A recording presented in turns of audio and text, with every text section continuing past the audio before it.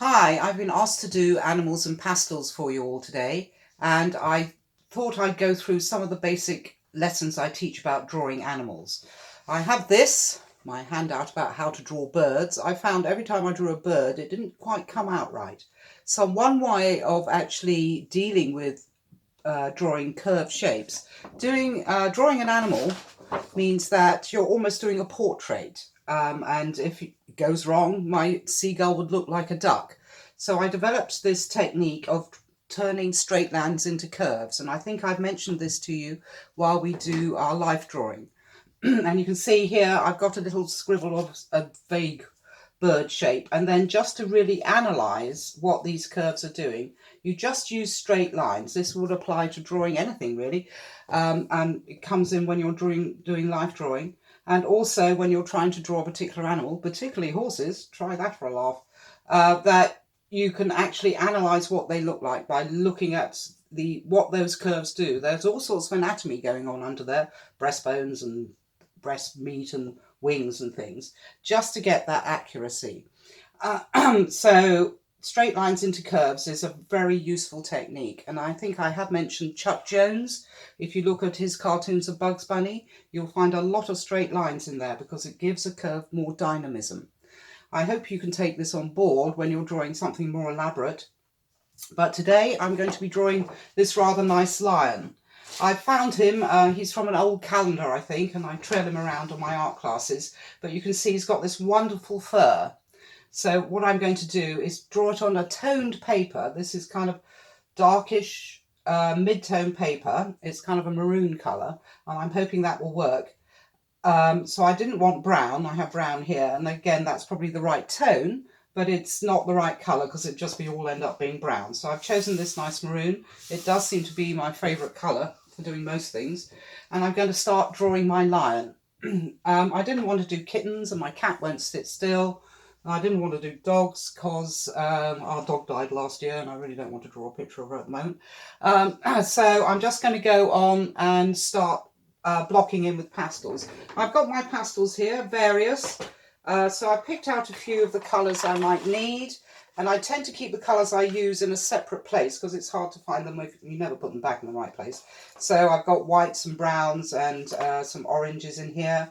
And I've picked out, these are my lovely, they're called darks. They're actually unison. They're very soft.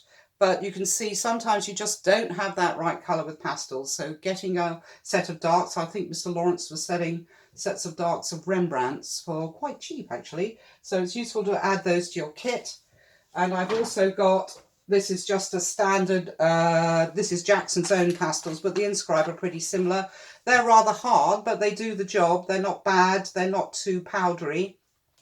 If you buy really cheap pastels, you find yourself covered in chalk dust. So get a good quality pastel. Well, the Inscribes are good. They're about £10 for a reasonable number. So I'm going to start my lion, and I would do this the same way I would tackle a portrait of a person. So I'm really trying to get his likeness. He does look like the MGM lion. So I'm just going to go on and block in the general shape with charcoal. He goes over here. And you see, it's like doing a portrait. You have to get that likeness. And it probably goes over there. So I'm blocking that in, and I use charcoal because it's so nice and erasable. This is willow charcoal, not anything black. You can rub out pastels, but they can tend to smudge. So I want to get the basics in there before I start adding pastels. So there's his nose. Well, not his nose. This central thing that runs down to his nose. And you realise, again, those straight lines, looking at the straight line of his nose. So you can't just go plonk. He's got a rather magnificent nose. It just reminds me of all those Disney lions. There we go. And then down here, and of course he's just a big cat really, so he's got this nice cat mouth. Oh dear, that's gone a bit big. And as usual, my drawing's got bigger, but I will keep going. And then you want to think about the anatomy underneath. So think of a skull. So he'd have his eye sockets are here. And you can just see this one. He's got an eyebrow going over here and up to here. Oh dear, no, none out of paper. Never mind. Over here. And he's got something going on there. I think the eye is in the wrong place, and again, so I can just rub out the charcoal really easily. It all disappears. And he's looking okay. And then again with cats, they have this rather magnificent sort of tear duct that almost defines their eye. And I'm just going to follow down from the nose to where this eye is. And it's a round ball inside a socket, so you want to think about that. And then he's got eyebrows over here, and his mane is over here. I think it's what's happening here, and I think he's got a cheekbone under there, and all this lovely fur here. Up here, and a rather good lion, isn't it? Great stuff. And what I'm going to do now may seem a bit sacrilegious. I'm just going to wipe most of that off with my hand. You can use a tissue if you're a tidy person. And I'm going to start thinking about adding the fur. I'm just doing a quick look to see what's happening here. So he's got an eye here, which is disappearing around the corner. Not that different from a person, really. And then I'm going to take some light colours. So I've got my light beiges. I'm going to take, this is kind of a light yellow ochre. And I'm going to go in there and add some fur. And the good thing about using pastels with animals is that you can actually follow the fur. And I'm hoping in the fullness of time, some paper will poke through too. So I'm just going here and looking at what's going on. There's a lot of fur over here, doing furry things. And over here, what the fur is doing. So that's just my first strokes. I might go in and add some blocking in of colour because there's quite a lot going on there. So I'm just going to use the side of the pastel, catch where the lightest bits are. And over here, I think I'm finding this looks very yellow on this paper, which is just as well because it is yellow. I'm just blocking in. And then I'm going to pick up my charcoal again and see if I can define those eyes. Because the eyes, it's like with people, if you get the eyes wrong, it's all wrong. So I really want to get those eyes right and right in the right place. So I can work around them. And then we've got his nice nose. I tend to use charcoal for darkness when doing pastels. Because again, it's not as black as a black pastel would be. So it has, and it's very easily erasable. And with pastels, sometimes when you want to get that real dark colour, you want to, you can actually layer up colour on top of your charcoal, and that should work fine. So I'm just catching a few darks here, and then he's got his mane over here. And then I'm going to pick up a lighter colour. I think this is actually white, but I just want to get a few lighter areas. Whoa! I've got a variety of different pastels here, and I've just found out that one is fantastically soft, which is good. So I'm just going in here with the white, and you can see the white seems quite startling on this dark paper. So I'm just going to go in and add some white areas. It's mainly so I can find my way around the picture. It's got a bit of white there, a bit of white there, and a bit of white here. And I probably should leave it to use it at the end as a sort of highlighting thing. So I'm just grabbing colours where I can. So I've got quite a nice, ooh, that's kind of orange, that one. Maybe a bit too orange, but I'm going to layer it in anyway. Little bits of his mane. The nice thing about pastels, and I'm a big fan of them, and I'm always complaining I don't do enough work in pastels, is that you layer up colour on the paper. And I'm just going to look for a softer pastel in a nice yellow ochre colour, which is here. So I'm just, oh, that's better. That's more like a Naples yellow, kind of like almost like an off-white. So what I'm going to do, and as I said, one reason I chose this picture, because of all the wonderful hair or fur, so I can go in there and layer up the colour and actually almost put the fur on hair by hair. I think I might need to get a darker brown going on here, but this is quite good to mush into the white I've already put on and add these areas so I can find my way around my own drawing. And then I need a better brown. Here we are, let's try that one. No, that's not bad. It might be a bit of a gingery line by the time we finish, but so I'm just following what this fur is doing. And again, at this point I'm using the side of the pastel. I'm going to add a bit more mane going on there. And add various areas to it. And you can see, so I can actually tone down that white quite easily by putting this colour on top. And then he's got a little hair here. So I'm blocking in at the moment. You can see that, you can see his bone structure here. I wonder if he's a bit of an old lion because he's got slightly sunken cheeks. I've got rather a fiendish yellow here. Oh, that's about right, the colour.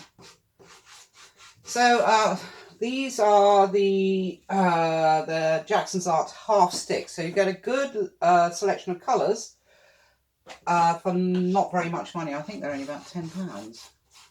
If they've got any left. So I'm just going in and I'm following what his fur is doing. And he's got some eyebrows. Ooh, he's got gingery eyebrows. So this is when it's useful to have the colours that you're using in one place. So you can just grab them where you want them. And I'm going to do his gingery eyebrows. And I'm going to work on this. Now I need a brown for that bit, I think. So I've got, looking at this tone, I thought this colour would be alright, but it's more or less the same tone as the paper. So that's not working well. So by trial and error, hopefully you'll get there. Maybe a few of those in there. So a bit of a more neutral colour there. And I think I might go a little bit mad and use a purple just to back it up. So I'm going to just block in some purple where the shadows are, so they can build up. It makes it more interesting than just being sort of darker brown. Put a bit in here. Ooh. And try to catch what's happening with his anatomy. So you're layering up colours. So I'm going to go back in here with my furry colour. So I've got this nice furry colour. Maybe that one. And build up the fur here. And I'm just doing little strokes and I'm trying to follow what the fur does. Up there. Ooh, I need a darker brown. And I think I established that wasn't a darker brown. Let's try this one. So I just need, this is quite a dark, chunky brown. And I'm just going to layer that on top. Because where the shadows are, it isn't actually darker brown, it's just in shadow. So you want to keep the colours kind of zingy, and that's why I use that purple. So he's got a lot of stuff going on here. A lot of this area is actually defining what his chin's up to. So I might add some of this charcoal just to bring that down a bit. So blocking in, it's like underpainting. Ooh, look. And I've just noticed he's got this wonderful bit of mane poking around there. So I just want to add some of those bits. And it's quite nice to be able to lean back and have a look at what you're up to. And thinking that, well, that's a very exciting stage of a drawing or a painting. And remembering that always leave a painting 10% undone. Because sometimes you can kill it. And this has a certain freshness which I might go on to kill, who can say. I've got little bits of fur there. I'm not going to worry too much about accuracy at this point. He's having a bit of a bad hair day. But I can use this nice dark brown and go in there and add some more hair, and there's something happening here. And here you can see that it's his gingery mane that is actually defining the shape of his head. So I might put a little bit there because I want, again, this mane to define the whiteness of his muzzle. And again, we've got all this lovely, very dark mane. In fact, I could just put this picture for a sec. We want to get his general shape, which I suppose is sort of like this. And I'm going to go on and add more hairs building up over time. So I suppose one of the most interesting things about him is his features. So I'm just going to go in and start looking, and you can see that you just start to see by looking and by drawing, doing an observational drawing of something, you understand it much better. John Ruskin was a big fan of that, drawing to understand nature. And I'm just going to grab some of those colours, block them in. Maybe I should block in that a bit too. So I'm looking at adding the sort of lion type colours. That's a bit more of a khaki. Yeah. And if you notice, I'm not smudging. Because smudging, you lose the nice area of your strokes. And by smudging, you will lose the energy of your drawing. So that's why I'm against smudging. I'm just coming up here. So I've got these various sort of ochres and browns.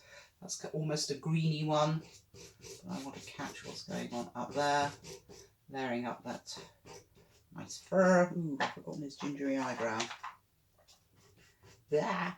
Maybe that's not quite the right ginger. Let's try this one.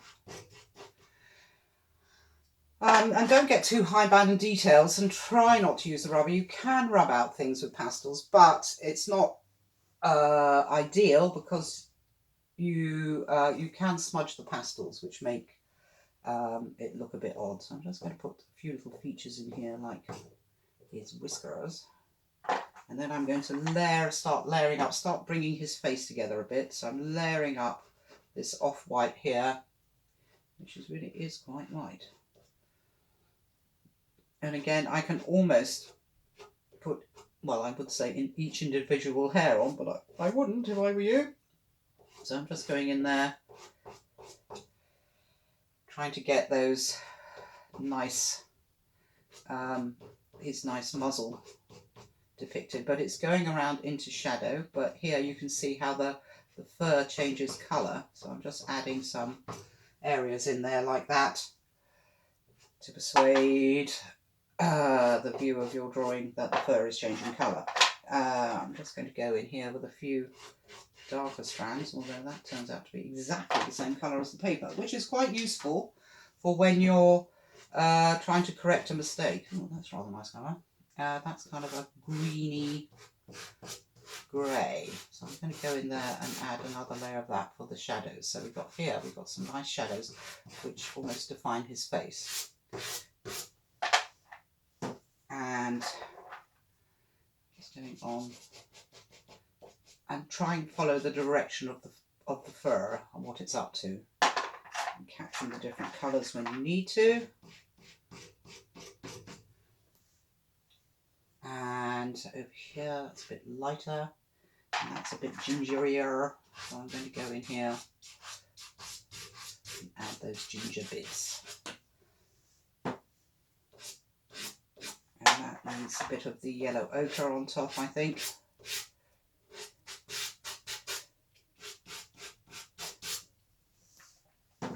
And I'm going to start defining the eyes. The eyes are always the most important bit, because that's sort of windows of the soul and all that. So I want to get those colours right. Oh dear, that's that rather light one, isn't it? I'm going to chuck that one because it keeps coming back and annoying me. Let's try this one. Whoa, that's a bit red. So here's these gingery eyebrows. And I want a little bit of lightness here. And here.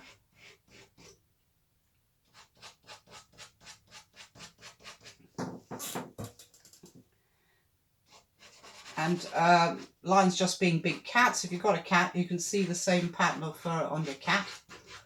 It will be exactly the same. And I found it quite useful, although I'm not doing a tabby cat.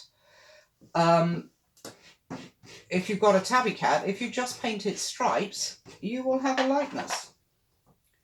I'm just going in here with this dark brown. He's looking very strange, very human in fact, isn't he? So this is this very soft white. So I'm just blinging up some of the lighter areas so you get a bit more of a contrast. And then I'm going to use the charcoal again, go back in and see if I can do the eyes and the muzzle. So it's very dark here. And again, when you're faced with natural shapes like that, rather than thinking, oh my God, I've got to draw that shape.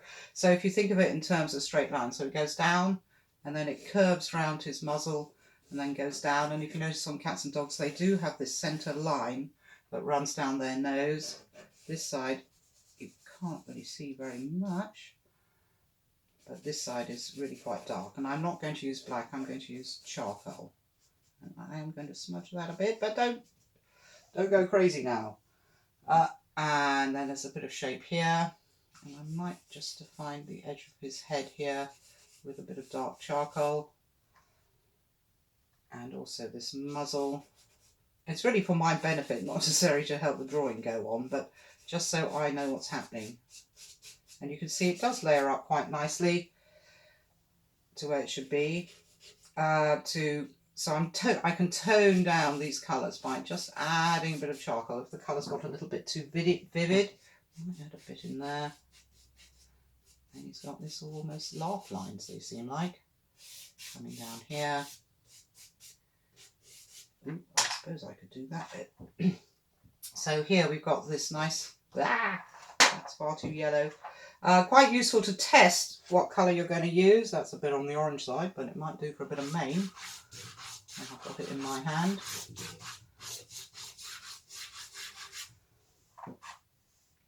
And I was going to work on this. This is kind of like an off-white, but unfortunately I put blue in there, of course, or purple, very purpley blue. It's all coming out green, so I think I need something a bit less yellow in there to understand what's happening here. So we've got his muzzle, and he's got this almost benign smile on it, although I don't think he's probably very benign.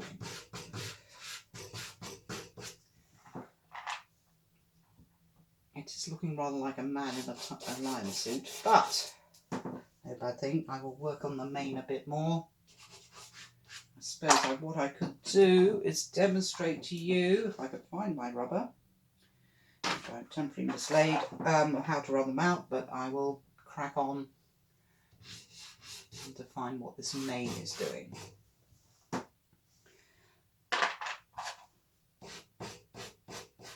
So I'm building up the layers, and there's a little kind of bit that's catching the sun, and then this goes into, I'm now thinking of as his laugh lines, and then individual hairs doing this. And I've just used the same colour again. Let's try that one. Oh, that's better. So can you see? So I'm just following the hair. I'm not worrying about every individual hair and where it is. I know some artists like to do that, but life is too short. And I've got some more mane down here and up here. And I need a cool off-white to catch what his fur's doing over here. So it's just turning the corner, this the light here, and it's actually highlighting his little smile.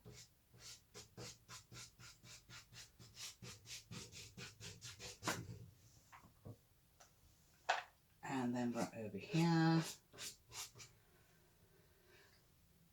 and up here. What I might do, I must show you how to do the eyes. So eyes are very tricky, and of course they haven't eyes like a cat, but I can see, I don't know if you can, it's very small, that it is just this nice round shape within here, and it really is quite yellow, and it's just catching a bit of light there, but the rest is in shadow, which is almost green, so I need a greeny, I wonder if that one will do.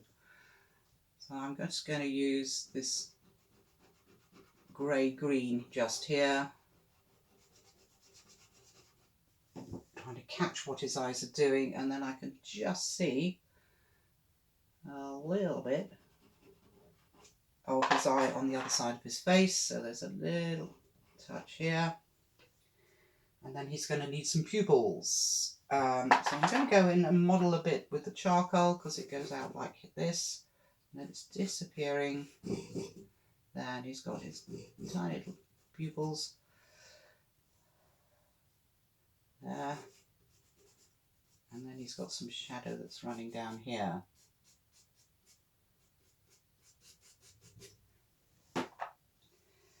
And I'm just going to add a bit more dark to that and then work on his muzzle a bit. And this very benign smile. And I think rather than you having to watch me working away at it, I'd like to just stop this video and come back to you in a few minutes when I've done a bit more to the mane.